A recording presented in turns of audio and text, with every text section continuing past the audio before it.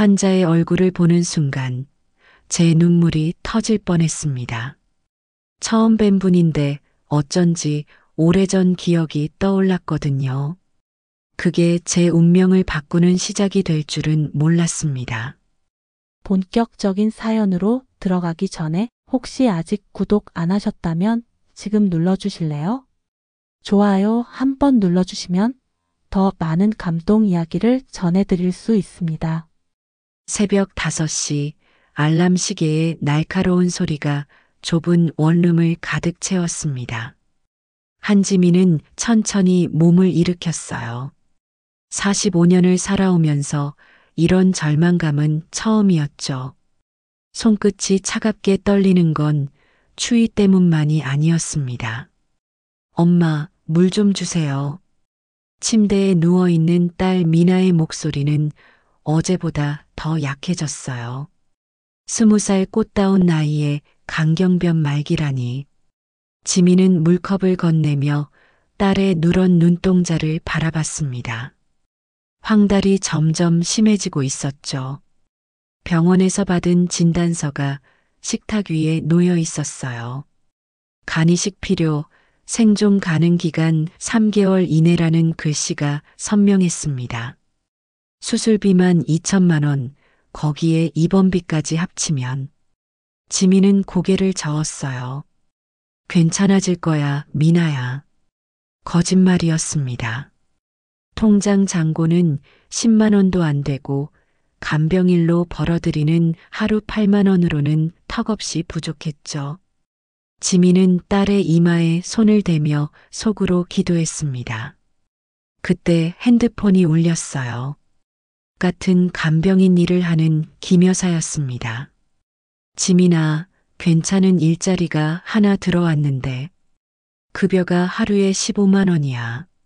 15만 원요? 지민의 목소리가 떨렸습니다. 지금 받는 급여의 거의 2배였죠. 응, 근데 좀 까다로워. 큰 저택에서 의식불명인 회장님을 돌봐야 한대. 가족들이 예민해서 아무나 못 보낸다더라고. 제가 할게요.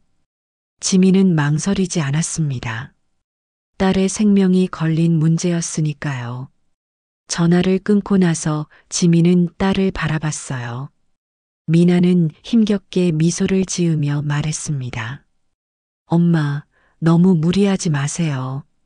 전 괜찮으니까. 이제 버틸 힘조차 없어.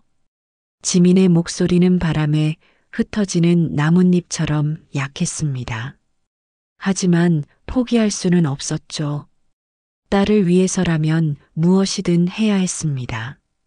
창밖으로 떠오르는 해를 바라보며 지민은 다짐했어요. 새로운 일자리가 마지막 희망일지도 모른다고. 그 순간 미나가 작은 목소리로 중얼거렸습니다. 엄마, 저 꿈에서 할아버지를 봤어요. 따뜻한 미소를 지으신 할아버지를. 지민의 가슴이 덜컥했습니다. 아버지에 대한 기억은 늘 아련했거든요. 어린 시절 화재 현장에서 자신을 구해준 그 따뜻한 손길만이 남아있을 뿐이었죠. 오후 2시 지민은 버스에서 내려 주소를 확인했습니다. 강남구 한복판에 자리한 붉은 벽돌 저택이 눈에 들어왔어요. 3층 규모의 웅장한 건물 앞에서 지민은 잠시 숨을 고르며 서 있었죠. 대문을 열고 들어서자 잘 가꿔진 정원이 펼쳐졌습니다.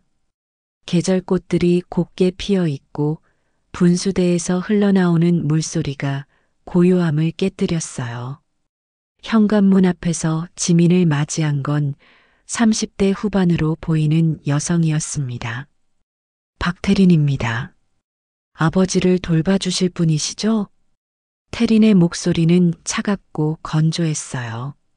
명품 정장을 입은 모습에서 범접할 수 없는 기품이 느껴졌지만 어딘지 모르게 경계심이 가득했습니다.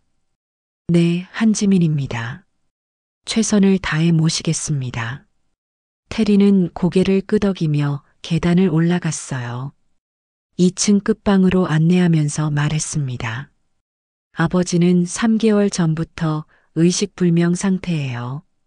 뇌경색으로 쓰러지신 후 깨어나지 못하고 계시죠. 특별한 치료는 필요 없고 기본적인 간병만 해주시면 됩니다. 방문을 열자 희미한 소독약 냄새가 코끝을 스쳤어요. 커튼이 반쯤 쳐진 방 안은 어둑했고 침대 위에 누워 계신 회장의 모습이 보였습니다. 그 순간 지민의 가슴이 철렁했어요. 분명 처음 뵙는 분인데 왜 이렇게 낯설지가 않을까요? 회장의 얼굴을 바라보는 순간 어떤 기시감이 가슴 깊은 곳에서 올라왔습니다. 마치 오래전 잃어버린 퍼즐 조각을 찾은 듯한 느낌이었죠. 혹시 아버님 성함이? 박성준입니다. 태린의 대답을 듣는 순간 지민의 머릿속에 어린 시절 기억이 스쳤어요. 하지만 너무 오래된 일이라 확실하지 않았습니다. 그럼 간단히 설명드릴게요. 수액은 4시간마다 교체하고 체위 변경은 2시간마다. 태린의 설명이 계속됐지만 지민의 시선은 계속 회장에게 머물러 있었어요. 깊게 팬 주름 사이로 드러나는 얼굴 윤곽이 묘하게 친숙했습니다. 특히 미간 사이에 작은 점이. 지민도 똑같은 곳에 점이 있었거든요. 처음 뵙는데 왜 이렇게 낯설지가 않지? 지민이 작게 중얼거리자 태린이 날카롭게 돌아봤습니다. 뭐라고 하셨나요? 아, 아무것도 아닙니다. 회장님께서 편안해 보이신다고.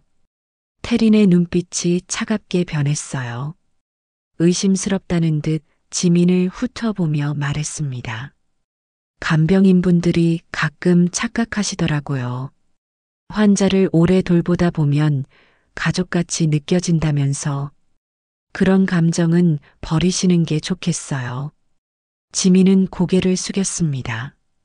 하지만 마음속 깊은 곳에서 올라오는 이상한 끌림을 무시할 수 없었어요. 태린이 나간 후 지민은 회장 곁에 앉았습니다. 인공호흡기의 규칙적인 소리와 심전도 기계의 신호음만이 방 안을 채웠어요. 회장의 손을 잡는 순간 따뜻함이 전해졌습니다. 그때 복도에서 발자국 소리가 들렸어요. 누군가 문 앞에서 멈춰서더니 조용히 사라졌습니다. 지민은 등골이 서늘해지는 걸 느꼈어요. 이 집에는 뭔가 숨겨진 비밀이 있는 것 같았습니다. 이틀째 되는 저녁이었습니다. 지민은 성준 회장을 정성껏 돌보며 하루 일과를 마무리하고 있었어요. 오늘은 처음으로 회장님의 목욕을 도와드리는 날이었죠. 회장님, 몸을 닦아드릴게요. 지민은 따뜻한 물수건을 준비하며 조심스럽게 회장의 팔부터 닦기 시작했습니다. 의식불명인 환자의 개인 위생은 간병인의 중요한 업무 중 하나였거든요. 상체를 정리한 후 다리 쪽으로 내려갔어요. 허벅지부터 발목까지 천천히 닦아내던 지민의 손이 갑자기 멈췄습니다. 회장의 왼쪽 허벅지에 오래된 화상 자국이 선명하게 남아 있었어요. 지민의 심장이 빠르게 뛰기 시작했습니다. 이 흉터, 어디서 본 기억이 났거든요. 손가락으로 그 자국을 따라가며 지민은 숨을 멈췄어요. 순간 머릿속에 어린 시절 기억이 번쩍 스쳤습니다. 타오르는 화염, 검은 연기, 그리고 자신을 끌어안고 뛰어나오던 아버지의 모습. 그때 아버지의 다리에 떨어진 불덩이가 바로 이 자리였어요. 왼쪽 허벅지 윗부분 말이죠. 아니야. 설마. 지민의 목소리가 떨렸습니다. 하지만 확신할 수 없었어요. 그 일이 일어난 게 벌써 40년 전이었으니까요. 기억이 흐릿할 수도 있었죠. 문득 회장의 얼굴을 다시 바라봤습니다. 깊은 잠에 빠진 듯 고요한 표정이었어요. 지민은 회장의 손을 잡으며 작게 속삭였습니다. 회장님, 혹시 오래전에 화재 현장에서 어린 딸을 구하신 적이? 물론 대답은 없었습니다. 다만 인공호흡기의 규칙적인 소리만이 방 안을 메웠을 뿐이에요. 지민은 회장의 얼굴을 자세히 살펴봤습니다. 미간 사이에 작은 점, 약간 들린 코끝의 모양. 거울을 볼 때마다 마주하는 자신의 얼굴과 닮은 부분들이 하나둘 눈에 들어왔어요. 설마, 아버지? 지민의 입술이 바르르 떨렸습니다. 가슴속에서 뜨거운 무언가가 치밀어 올랐어요. 만약 정말 아버지라면, 45년 동안 그리워했던 아버지라면, 그때 방문이 열리며 태린이 들어왔습니다. 어떠세요? 아버지 상태는? 아, 네. 안정적이세요. 지민은 황급히 몸을 일으키며 대답했어요. 태린의 날카로운 시선이 신경 쓰였거든요. 혹시 회장님께서 젊으셨을 때 어떤 분이셨는지 여쭤봐도 될까요? 태린의 표정이 경직됐습니다. 왜 그런 걸 궁금해 하시죠? 간병일과는 상관없는 이야기인데. 죄송해요. 그냥 환자분을 더 잘 이해하고 싶어서요. 태리는 의심스럽다는 듯 지민을 바라봤어요. 그러더니 차가운 목소리로 말했습니다. 아버지의 과거는 복잡해요. 굳이 알 필요 없으실 거예요. 말을 마친 태리는 회장의 상태를 확인한 후 나갔습니다. 혼자 남겨진 지민은 다시 회장의 화상 자국을 바라봤어요. 기억 속 아버지의 마지막 모습이 떠올랐습니다. 고아원 앞에서 자신을 내려놓으며 흘리던 눈물, 그리고 곧 데리러 올게라던 약속. 하지만 아버지는 다시 오지 않았죠. 지민은 회장의 손을 꼭 잡으며 눈물을 참았습니다. 확실하지 않으니까요. 그저 희망사항일 수도 있었거든요. 하지만 마음 한구석에서는 확신이 자라나고 있었어요. 이분이 자신이 평생 그리워했던 아버지일지도 모른다고. 사흘이 더 지났습니다. 지민은 밤잠을 이루지 못하며 회장이 정말 자신의 아버지일까 고민했어요. 확신이 서지 않아 답답하기만 했죠. 그날 오전 태린이 남편 정도현과 함께 병실에 들어왔습니다. 도현은 40대 초반의 단정한 모습이었지만 눈빛 어딘가에 차가운 기운이 서려 있었어요. 지민 씨, 잠깐 이야기 좀 할까요? 태린의 목소리는 평소보다 부드러웠습니다. 지민은 고개를 끄덕이며 따라 나섰어요. 거실에 앉은 태린이 입을 열었습니다.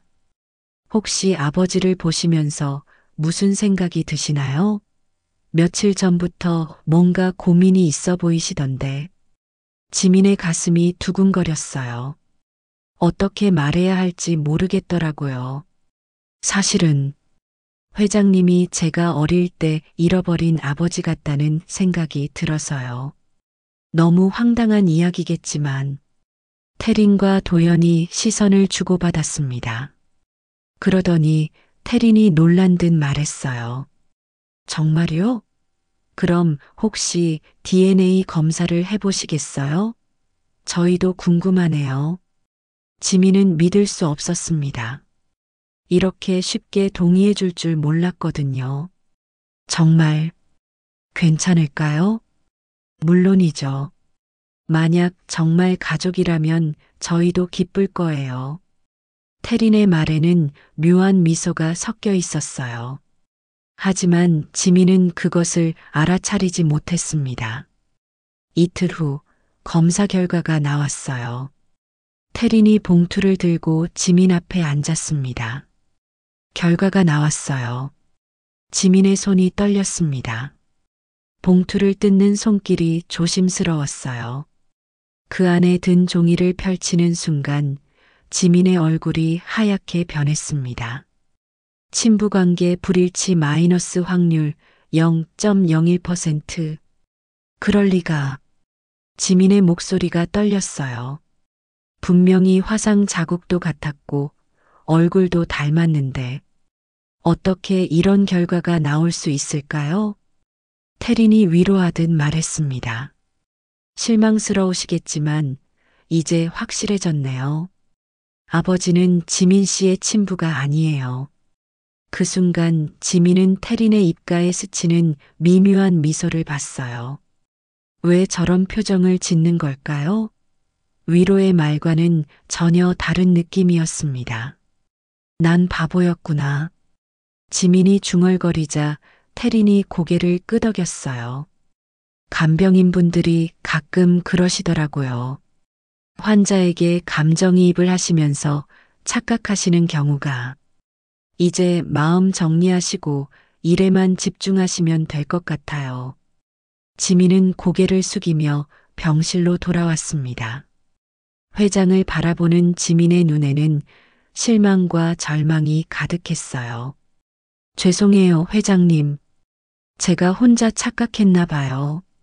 하지만 이상한 건 마음속 깊은 곳에서 계속 올라오는 확신이었어요.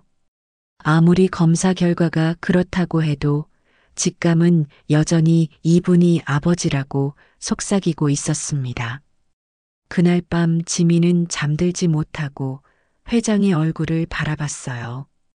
달빛이 창문을 통해 들어와 회장의 얼굴을 비췄습니다. 그 순간 어떤 평온함이 지민의 마음을 감쌌어요. 검사 결과가 뭐라고 하든 상관없었어요. 이분을 정성껏 돌보고 싶다는 마음만큼은 진짜였으니까요. 하지만 지민은 알지 못했습니다. 태린과 도연이 거실에서 나누는 대화를요. 검사 결과 조작이 잘 됐나? 당연하지. 이제 저 여자는 의심하지 않을 거야. 태린의 차가운 웃음소리가 저택의 고요한 밤을 가득 채웠습니다. 일주일이 더 흘렀습니다. 지민은 DNA 검사 결과에 실망했지만 여전히 성준 회장을 정성껏 돌보고 있었어요. 매일 아침 8시에 출근해서 저녁까지 한결같이 간병 업무를 수행했습니다. 그날도 평소처럼 회장의 수액을 확인하고 있었어요. 링거 속 투명한 액체가 똑똑 떨어지는 소리가 고요한 병실에 울렸습니다. 지민은 수액팩의 성분표를 확인하며 기록지에 시간을 적었어요. 회장님, 오늘도 좋은 하루 보내세요. 지민이 회장의 손을 잡고 인사를 건넸을 때였습니다. 문 밖에서 발자국 소리가 들렸어요. 하지만 곧 사라졌죠. 지민은 고개를 갸우뚱하며 다시 일에 집중했습니다. 점심시간이 되자 김순덕 가정부가 도시락을 가져다 줬어요. 60대 초반의 순덕은 이 집에서 10년 넘게 일해온 베테랑이었습니다. 지민 씨, 식사하세요. 고맙습니다, 순덕 씨. 두 사람은 복도 끝 작은 휴게실에서 함께 식사를 했어요. 순덕은 평소보다 말이 없고 어딘지 불안해 보였습니다. 순덕 씨, 괜찮으세요? 얼굴이 좋지 않아 보이는데. 순덕이 주위를 살피더니 목소리를 낮춰 말했어요. 지민 씨, 혹시 회장님 수액팩 바뀐 거 눈치채셨어요? 수액팩이요? 무슨 말씀이신지. 순덕은 더욱 조심스럽게 속삭였습니다. 사흘 전부터 태린 씨가 직접 가져오는 수액팩이 있어요. 의사 처방 전에 없는 건데 밤중에 몰래 교체하더라고요. 지민의 가슴이 철렁했어요. 그게 무슨 뜻인지. 순덕의 눈에 두려움이 가득했습니다. 목소리는 더욱 작아졌어요. 그 수액, 회장님을 살리는 게 아니에요. 태린 씨가 직접 독을 넣고 있어요. 뭐라고요? 지민이 깜짝 놀라 소리를 높이자 순덕이 황급히 손으로 입을 막았습니다. 조용히 해요. 들릴라. 순덕은 떨리는 손으로 작은 쪽지를 꺼내 지민에게 건넸어요. 어젯밤에 우연히 태린 씨 방에서 이걸 봤어요. 휴지통에 버려져 있던 건데 쪽지에는 DIGOXIN 0.5mg 심장마비 유발용이라고 적혀 있었습니다. 지민의 손이 덜덜 떨렸어요. 딸이 아버지를 순덕이 고개를 끄덕였습니다. 회장님이 깨어나시면 유산 상속에 문제가 생기잖아요. 그래서 이런 짓을 하는 거예요. 지민은 믿을 수 없었어요. 아무리 돈 때문이라고 해도 친아버지를 이런 식으로. 그럼 지금까지 회장님께서 네, 조금씩 독이 축적되고 있는 거예요. 언제까지 버티실지. 며칠 안에는 심장이 멈출 거예요. 순덕의 말에 지민의 온몸에 소름이 돋았습니다. 만약 정말 자신의 아버지라면, DNA 검사 결과가 틀렸다면, 순덕 씨, 확실한 거예요? 제 눈으로 직접 봤어요. 어젯밤 2시경에 태린 씨가 주사기로 수액팩에 뭔가를 주입하는 걸. 순덕의 목소리에는 확신이 담겨 있었어요. 지민은 쪽지를 꼭 쥐며 결심했습니다. 진실이 무엇이든 이 일을 막아야 했어요. 그럼 어떻게 해야 할까요? 일단 오늘 밤 수액을 교체해야 해요. 그리고 다른 방법을 찾아봐야겠어요. 순덕이 말을 마치자 복도에서 하이힐 소리가 들렸습니다. 태린이 다가오는 소리였어요. 빨리 정리하세요. 두 사람은 황급히 도시락을 치우고 자연스럽게 대화를 바꿨습니다. 태린이 휴게실 문을 열었을 때는 이미 평온한 분위기였죠. 식사 잘하셨나요? 네, 맛있게 먹었습니다. 지민은 애써 평정을 유지하며 대답했어요. 하지만 가슴속에서는 분노와 두려움이 소용돌이치고 있었습니다. 태린이 나간 후 순덕이 마지막으로 속삭였어요. 조심하세요. 저 사람들은 위험해요. 지민은 고개를 끄덕이며 병실로 돌아갔습니다. 회장을 바라보는 눈빛에는 이전과는 다른 절박함이 담겨 있었어요.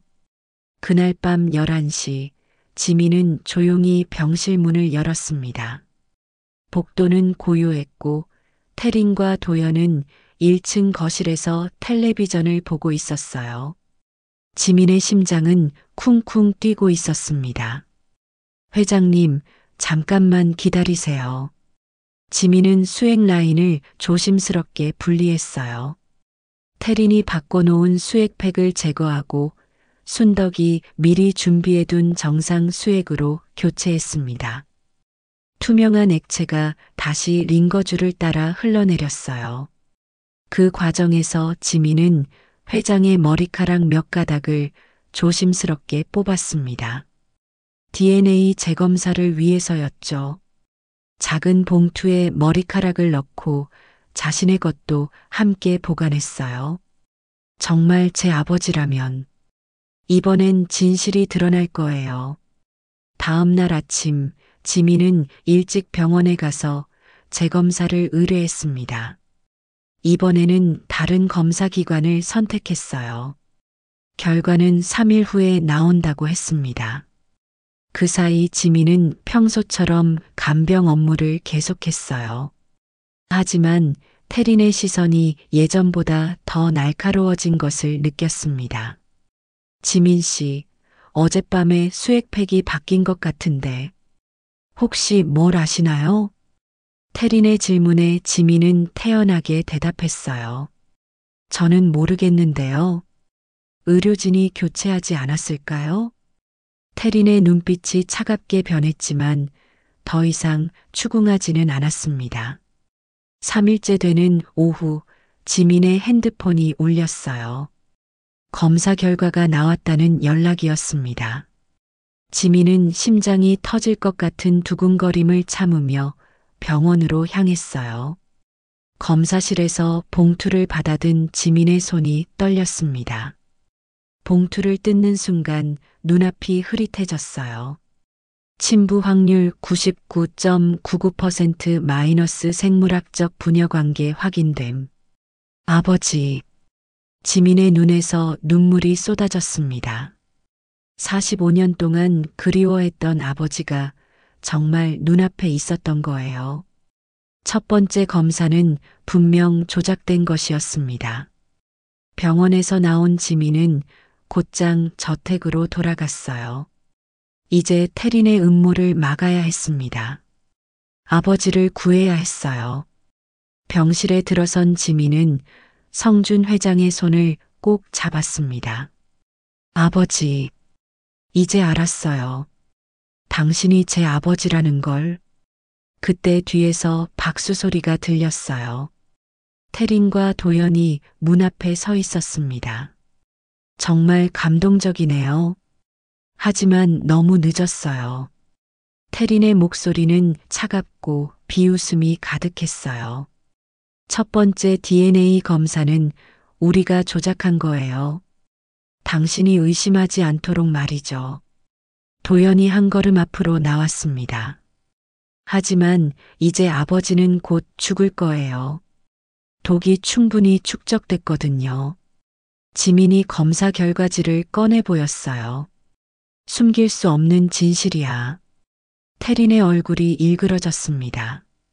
그 종이 한 장이 뭘 바꿀 수 있다고 생각해요? 아버지는 이미. 그 순간 회장의 손가락이 미세하게 움직였어요. 지민이 독을 제거하고 정상 치료를 받은 지 사흘째 회장의 의식이 서서히 돌아오고 있었던 것입니다. 아버지께서 깨어나고 계세요. 지민의 외침에 태린과 도연의 얼굴이 하얗게 변했어요. 계획이 틀어지기 시작한 거였습니다. 태린은 황급히 주사기를 꺼냈어요. 안 돼. 이걸로 끝내야 해. 하지만 그때 순덕이 경찰관들과 함께 병실로 뛰어들어왔습니다. 며칠 전부터 이 상황을 대비해 준비해둔 일이었어요. 박태린, 정도연, 살인미수 혐의로 체포합니다. 경찰관들이 두 사람을 제압하는 동안 지민은 아버지의 손을 꼭 잡고 있었어요. 성준 회장의 눈꺼풀이 천천히 떠오르며 희미한 의식을 되찾기 시작했습니다. 진실이 드러나는 순간이었어요. 경찰이 도착한 거실은 긴장감으로 가득했습니다. 태린과 도연은 수갑이 채워진 채 소파에 앉아 있었고 지민은 떨리는 손으로 증거 봉투를 경찰에게 건네고 있었어요. 이게 독극물 성분이 적힌 쪽지고 이건 진짜 DNA 검사 결과입니다. 담당 형사는 증거들을 꼼꼼히 살펴보며 고개를 끄덕였어요. 순덕도 옆에서 자신이 목격한 일들을 자세히 진술했습니다. 태린 씨, 이 증거들에 대해 어떻게 생각하시나요? 형사의 질문에 태린은 입을 꽉 다물고 있었어요. 하지만 도연이 먼저 무너졌습니다. 저는 몰랐어요. 모든 게 태린이 계획한 거예요. 여보, 뭔 소리야? 태린이 도연을 노려봤지만 이미 늦었어요. 도연은 떨리는 목소리로 계속 말했습니다. 태린이 아버지 회사 경영권을 독차지하려고 독을 넣어서 죽이려고 했다고요. 그 순간 태린이 폭발했습니다. 그동안 억눌러왔던 분노가 한꺼번에 터져 나왔어요. 맞아요. 내가 했어요. 그게 어쨌다는 거예요. 거실의 모든 사람들이 태린을 바라봤습니다. 태린의 얼굴은 일그러져 있었고 눈에는 광기가 서려 있었어요. 아버지는 평생 나를 믿지 않았어요. 회사를 내게 물려줄 생각조차 없었다고요. 태린의 목소리가 점점 높아졌습니다.